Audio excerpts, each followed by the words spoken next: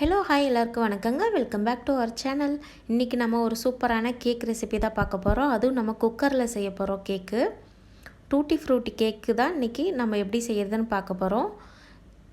வீடியோக்குள்ளே போகிறதுக்கு முன்னாடி இது வரைக்கும் நம்ம சேனலை சப்ஸ்கிரைப் பண்ணலைன்னா கீழே இருக்க ரெட் கலர் சப்ஸ்கிரைப் பட்டனை கிளிக் பண்ணிவிட்டு கூடவே பக்கத்தில் இருக்க பெல் ஐக்கானையும் கிளிக் பண்ணிக்கோங்க. நம்ம குக்கரில் செய்ய போகிறதுனால குக்கரை ஃபஸ்ட்டு நம்ம எண்ணெய் அப்ளை பண்ணி க்ரீஸ் பண்ணிக்கலாம். நான் இன்றைக்கி 3 லிட்டர் குக்கர் எடுத்து வச்சுருக்கேன். நீங்கள் பட்டர் இருந்தால் கூட ஃபுல்லாக அப்ளை பண்ணி எடுத்துக்கோங்க. நான் எண்ணெய் தடவிட்டு அதுக்கு மேலே கொக்கோ பவுடர் கொஞ்சம் சேர்த்துருக்கேன். நான் சாக்லேட் கேக் அப்படிங்கிறதுனால கொக்கோ பவுடர் ஆட் பண்ணியிருக்கேன். வெண்ணிலா கேக்குனால் நீங்கள் மைதா மாவை டஸ்ட் பண்ணி எடுத்துக்கலாம்.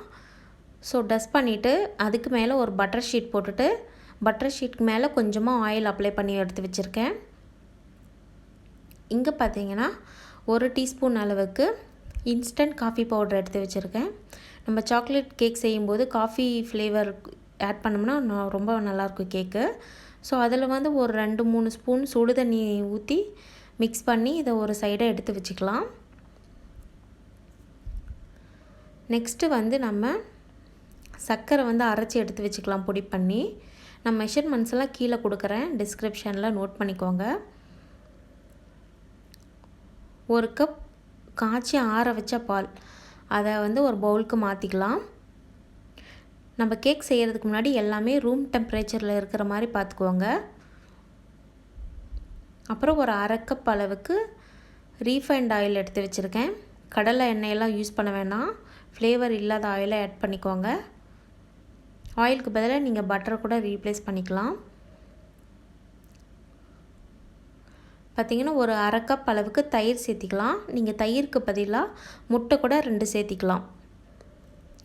ஸோ இது 3 சேர்த்துட்டு ஒரு டைம் நல்லா விஸ்க் வச்சு மிக்ஸ் பண்ணிக்கலாம். நான் இன்றைக்கி எக்லெஸ் சாக்லேட் கேக் தான் செய்ய போகிறேன்.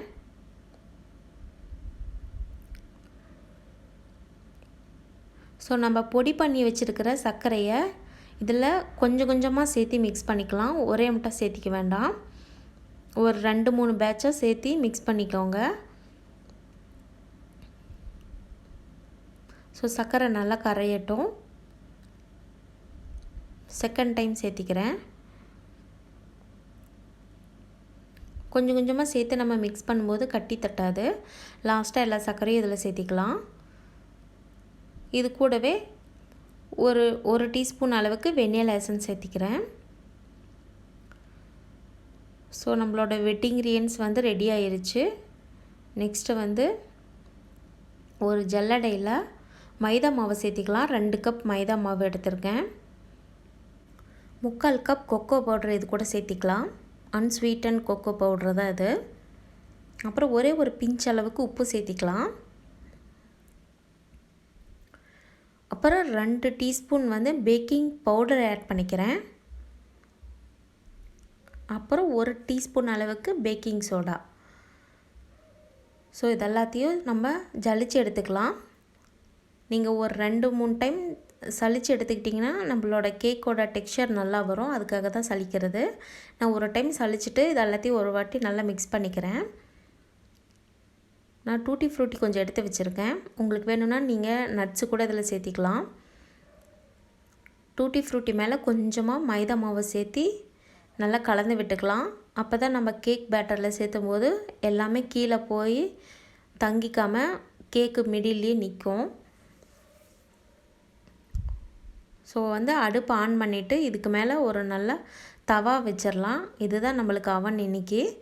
இந்த தவா வந்து லோ ஃப்ளேம்லேயே வச்சுட்டு ஒரு 10 நிமிஷம் ஹீட் ஆகட்டும். ஸோ வந்து வெட் இன்க்ரீடியன்ட் கூட நம்ம மைதா மாவு அதெல்லாத்தையும் சேர்த்திக்கலாம். கொஞ்சம் கொஞ்சமாக சேர்த்து சலிச்சு சேர்த்திக்கலாம். மாவு வந்து 2-3 பேட்சாக கொஞ்சம் கொஞ்சமாக சேர்த்து சலிச்சு சேர்த்திக்கோங்க. அட்ற டைமில் எல்லாத்தையுமே கொட்டிட்டு சலிக்க வேண்டாம்.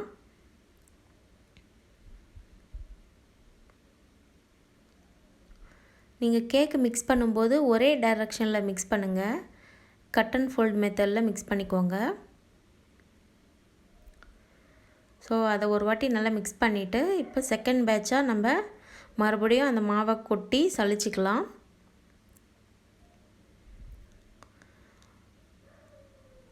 இதையும் அது மாதிரி ரொம்ப வந்து போட்டுட்டு ரொம்ப மிக்ஸ் பண்ண வேண்டாம், நல்லா ஜென்ரலாக மிக்ஸ் பண்ணாவே போதும். ஸோ நம்ம கலந்து வச்சுருக்கிற அந்த காஃபி டிகாஷனையும் இது கூட சேர்த்துக்கலாம்.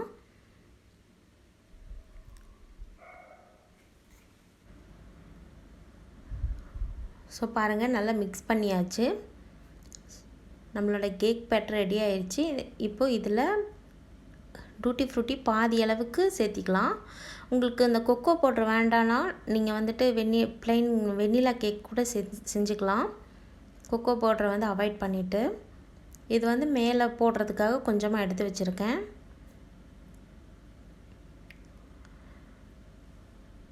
ஸோ டூட்டி ஃப்ரூட்டி போட்டு சும்மா ஒரு லைட்டாக மட்டும் மிக்ஸ் பண்ணிக்கோங்க.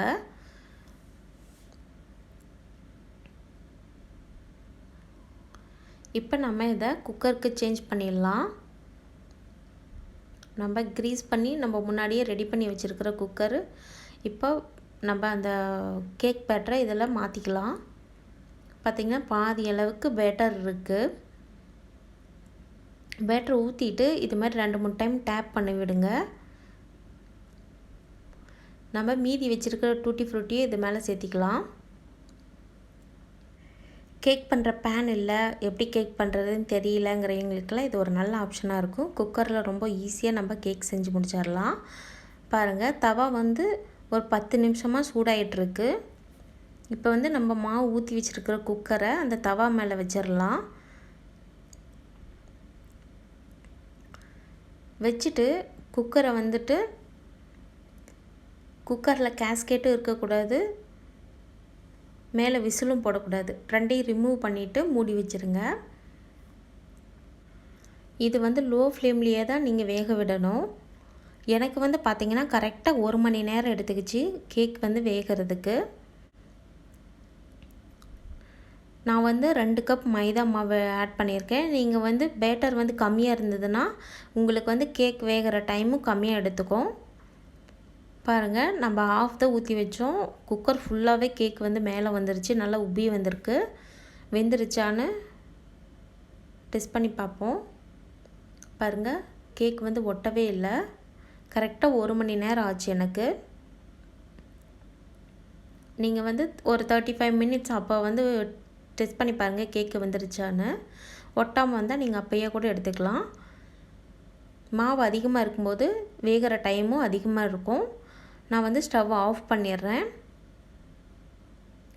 ஆஃப் பண்ணிவிட்டு ஒரு 2 நிமிஷம் அப்படியே விட்டுறலாம்.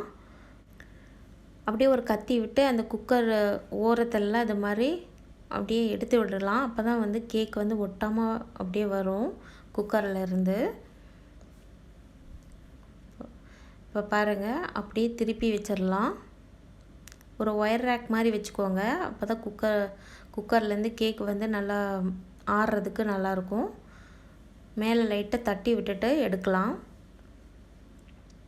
குக்கரை கவுத்துட்டு இது மாதிரி எடுக்கலாம். பாருங்கள், கேக் வந்து அழகாக வந்துருச்சு. குக்கரில் கொஞ்சம் கூட ஒட்டவே இல்லை. நம்ம பட்டர் ஷீட் போட்டிருக்கிறதுனால அழகாக வந்துருச்சு. நீங்கள் பட்டர் ஷீட் யூஸ் பண்ணலினாலுமே கேக்கு வந்து அழகாக வந்துடும். இது மாதிரி தனியாக பிரிஞ்சு பயங்கர சூடாக இருக்குது. பாருங்கள் எவ்வளோ சாஃப்டாக இருக்குன்னு கேக்கு. கேக்கு நல்லா ஆறுனதுக்கப்புறம் பீஸ் போட்டுடலாம். கேக்கு வந்து ஒரு அளவுக்கு ஆறிடுச்சு. நான் உங்களுக்கு கட் பண்ணி காட்டுறேன் எப்படி வந்திருக்குன்னு. இன்னும் ஃபுல்லாக ஆறல. பாருங்கள் எவ்வளோ சாஃப்டாக சூப்பராக வந்திருக்கு.